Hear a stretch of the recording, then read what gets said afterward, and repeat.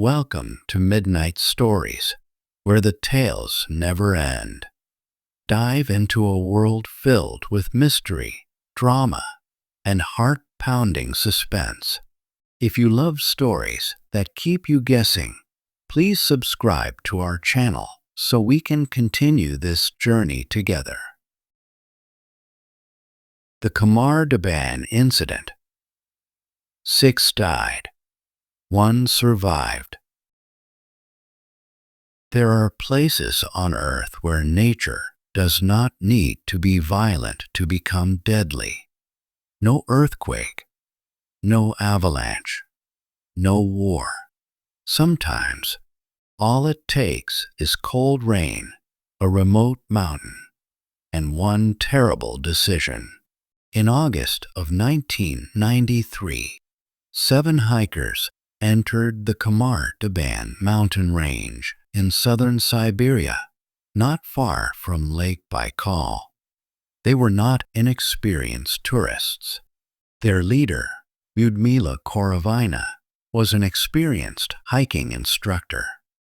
She had spent years training young hikers and knew the mountains. With her were 6 younger members of her group: Alexander Krisin, Tatiana Filipenko, Denis Shvakin, Valentina Utochenko, Victoria Salesova, and Timur Bapanov. They were traveling from Kazakhstan and had come to Siberia for a demanding mountain expedition.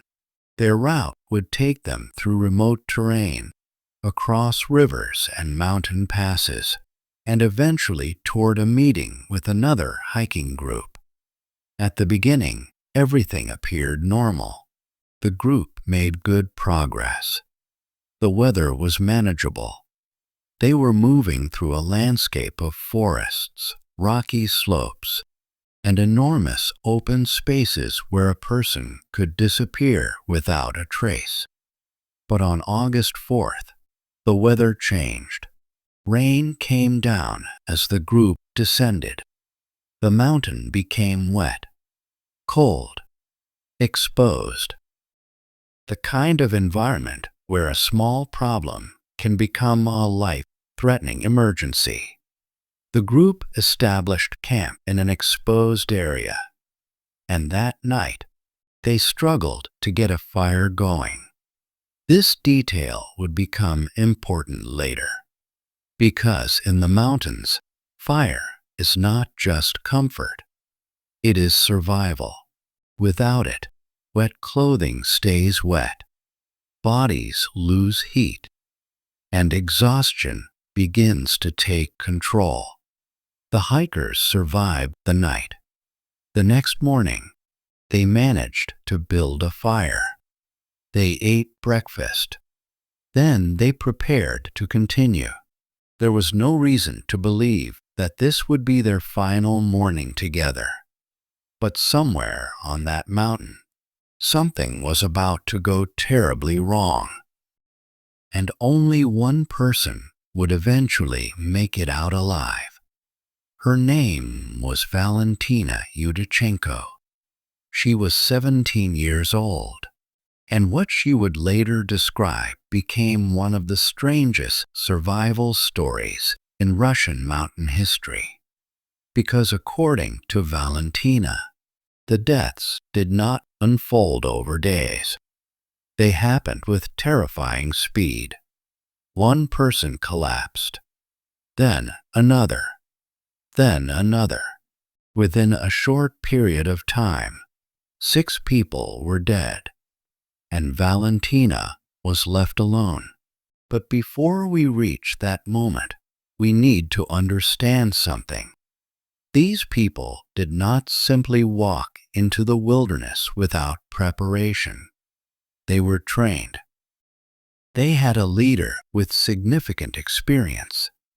And yet, on August 5, 1993, something happened on the mountain that none of them were prepared for.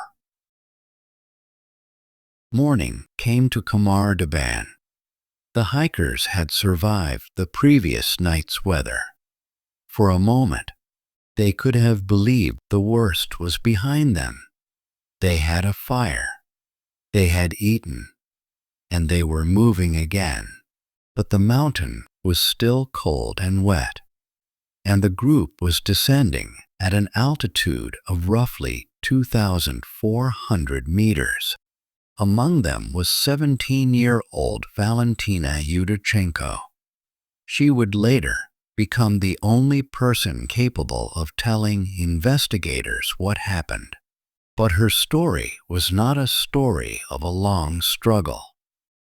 It was a story of sudden terror. According to Valentina's account, Alexander Krisin was walking toward the back of the group. Then something changed. He began screaming, and then he collapsed. The scene that followed was horrifying. Valentina reported that he appeared to be bleeding from his eyes and ears. He was foaming at the mouth. His body convulsed. For the people around him, there was no obvious explanation. No attack, no avalanche, no visible injury that could explain what they were witnessing. Lyudmila Korovina immediately moved toward him. She was the leader, and instinctively she tried to help. But according to Valentina, Korovina suddenly developed similar symptoms. She collapsed. The person who was supposed to know what to do was now down beside the first victim. Then another member of the group began to collapse. Then another. The situation became chaos. Tatyana Filipenko reportedly clutched at her throat, appearing unable to breathe. She moved toward a rock and collapsed. Other members began running. Some reportedly vomited blood. Some tore at their clothing. Some appeared confused and terrified. And then they stopped moving, one after another. 6 people, dead, all around Valentina. Imagine being 17 years old, alone in one of the most remote environments on Earth, watching the people you came into the mountains with collapse around you, and having absolutely no idea why. Valentina had one choice: stay or run. According to her account, she ran. She left the bodies behind. She moved downhill, away from the mountain, and eventually she reached the forest. But the nightmare was only beginning, because Valentina was now alone. No food, no proper shelter, no group, no adult leader, and no idea whether whatever had killed the others would come for her next. She had survived the first part of the nightmare. Now she had to survive the mountain itself. Valentina Utochenko disappeared into the wilderness. Behind her were 6 dead hikers. Ahead of her was the enormous Siberian landscape. There was no road, no town nearby, no easy way out, and no guarantee that anyone even knew where she was. She was 17 years old, and she had just watched 6 people die. Whatever happened to the others, Valentina knew one thing: she had to keep moving. The mountain range around her was unforgiving. The landscape was enormous. The weather could change quickly, and exhaustion was already becoming a serious threat. Valentina wandered through the wilderness. At some point, she reached a river. She followed the water. It was one of the few natural guides available to her. Eventually, She encountered a group of people traveling by the river. They were kayakers. And for Valentina, this was the moment everything changed. Someone had finally found her. She was alive, but she was not the same girl who had entered the mountains with 6 companions. She was traumatized, exhausted, and carrying a story that was almost impossible to understand. The rescuers now had a question. Where were the others? Valentina tried to explain. 6 people were dead, somewhere back in the mountains. But because of the remoteness of the region, finding the bodies was not simple. The search did not happen immediately. According to available accounts, a formal search began later in August, and helicopters eventually located the bodies after Valentina's account gave rescuers a general idea of where to look. When the search team finally reached the area, they found the 6 hikers. They were dead. There was no obvious explanation waiting beside them. No attacker. No destroyed campsite. No clear sign of a massive natural disaster. Just 6 bodies in the mountains. The authorities had to reconstruct what happened from the scene and from the testimony of the only survivor. Valentina's account became the centerpiece of the investigation, but her description created another problem. The symptoms she described sounded terrifyingly strange. Sudden collapse, convulsions, respiratory distress, blood, foaming, panic, and multiple deaths occurring in a short period of time. To anyone hearing the story decades later, it sounds almost like something from a horror movie. But investigators had to look for a much simpler explanation. Because mountains kill people, cold kills people, exhaustion kills people, and exposure can turn a bad night into a fatal one. The official explanation would eventually point toward one of the oldest killers in the wilderness, hypothermia. But that answer would leave many people unsatisfied, because there was one enormous question.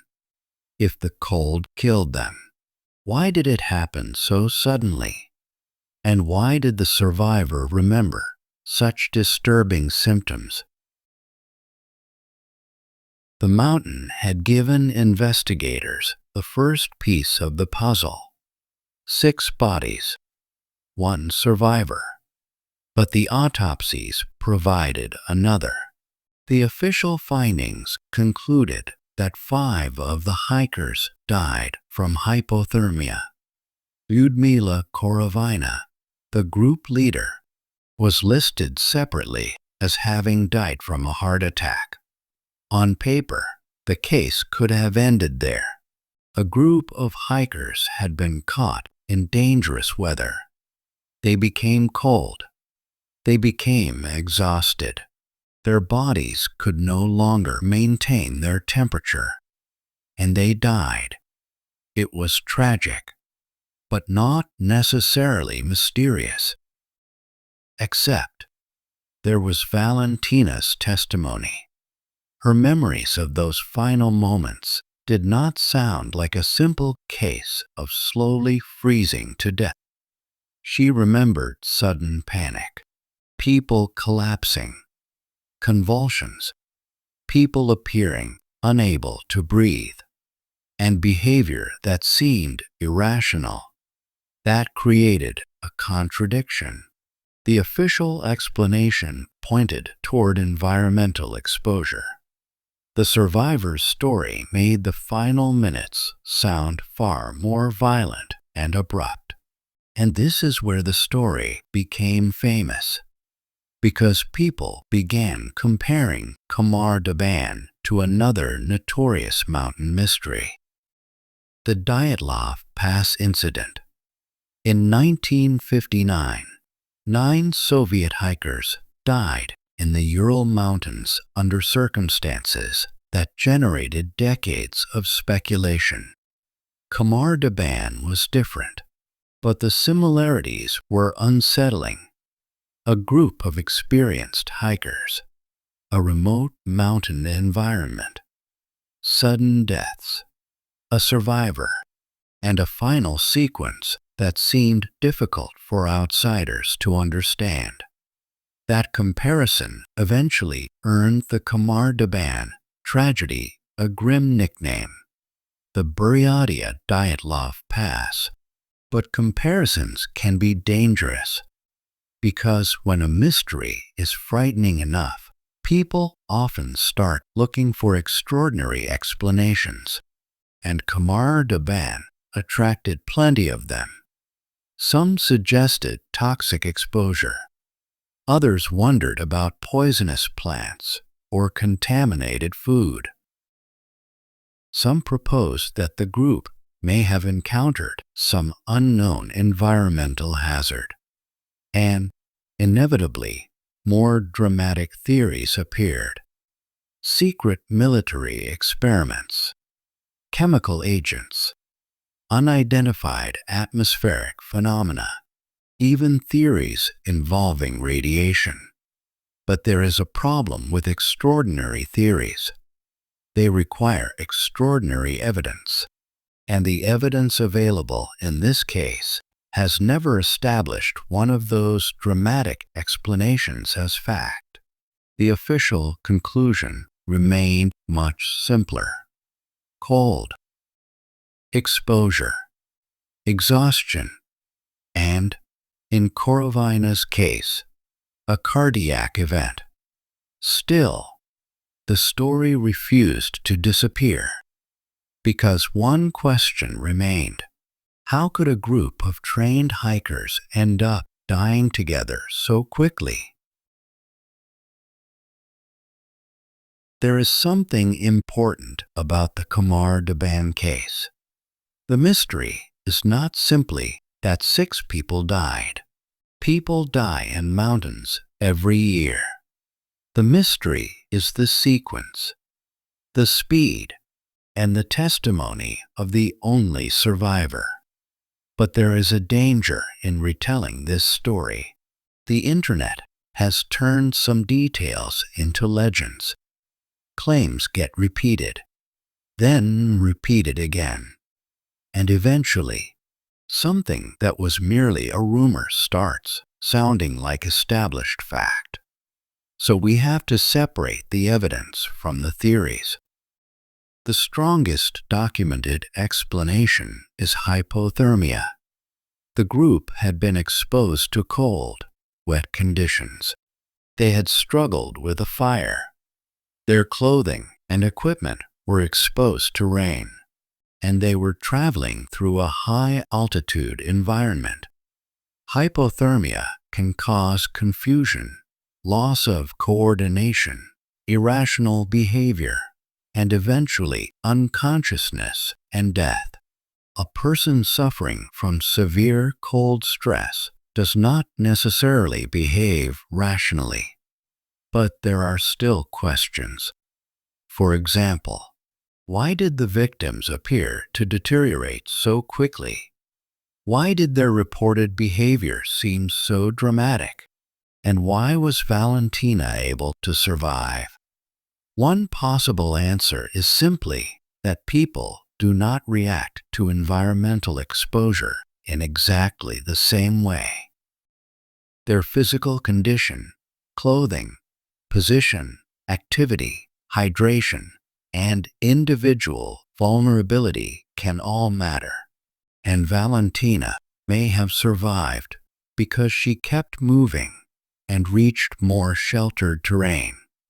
But another theory has become particularly popular over the years: poisoning. Some have suggested the group could have encountered a toxic substance, or consumed something poisonous.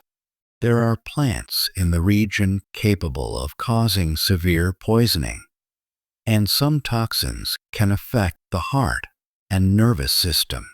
But there is a critical problem. There is no established evidence proving that poisoning caused the deaths.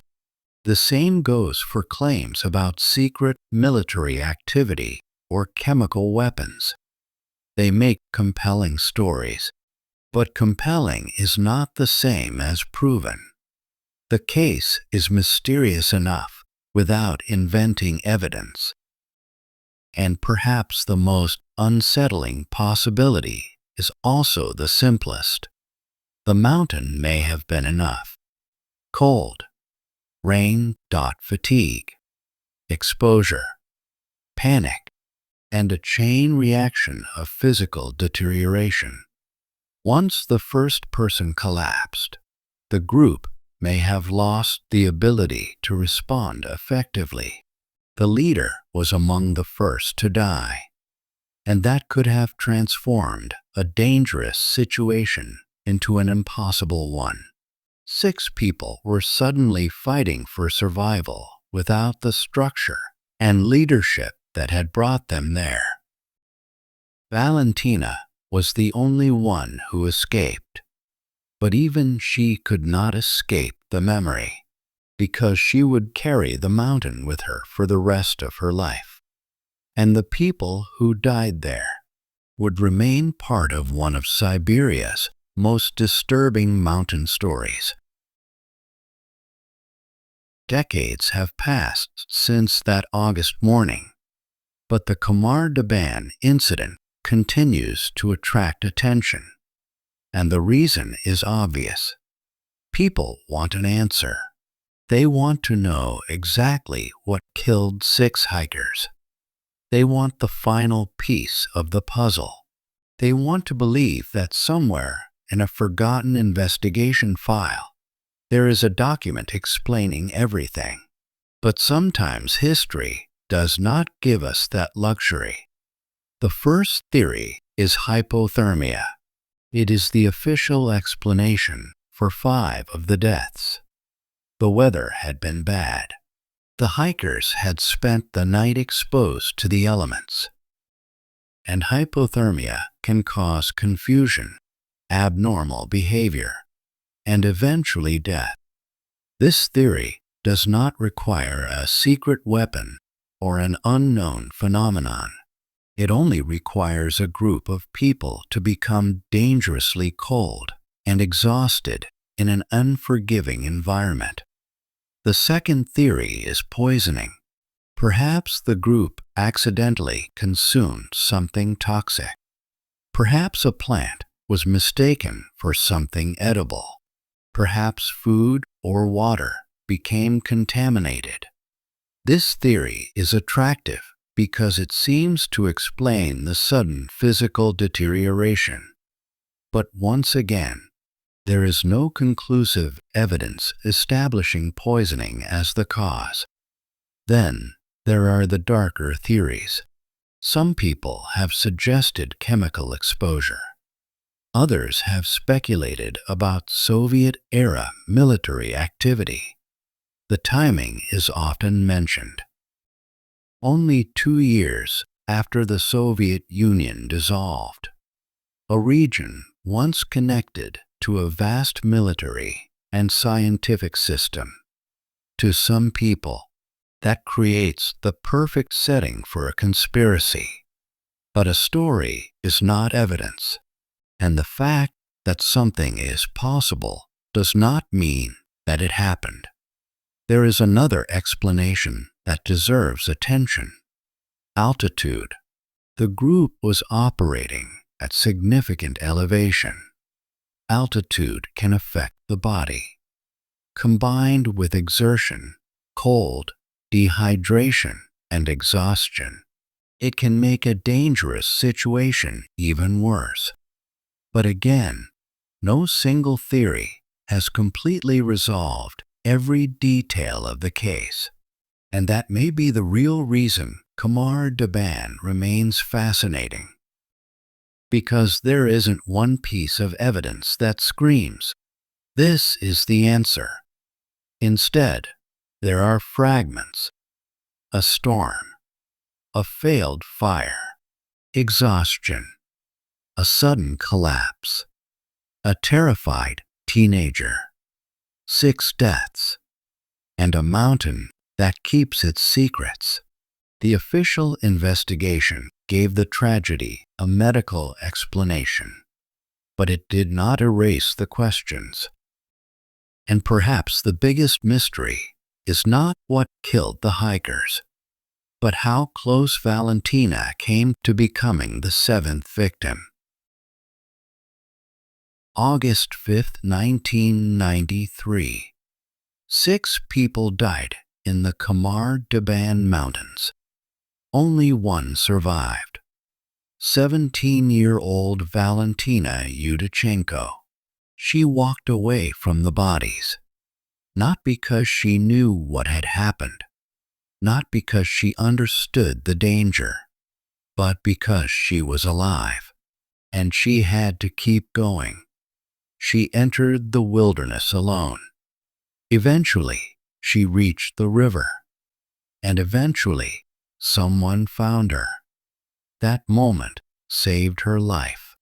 But survival is not the same thing as escape, because Valentina had to live with the memory of what she had seen.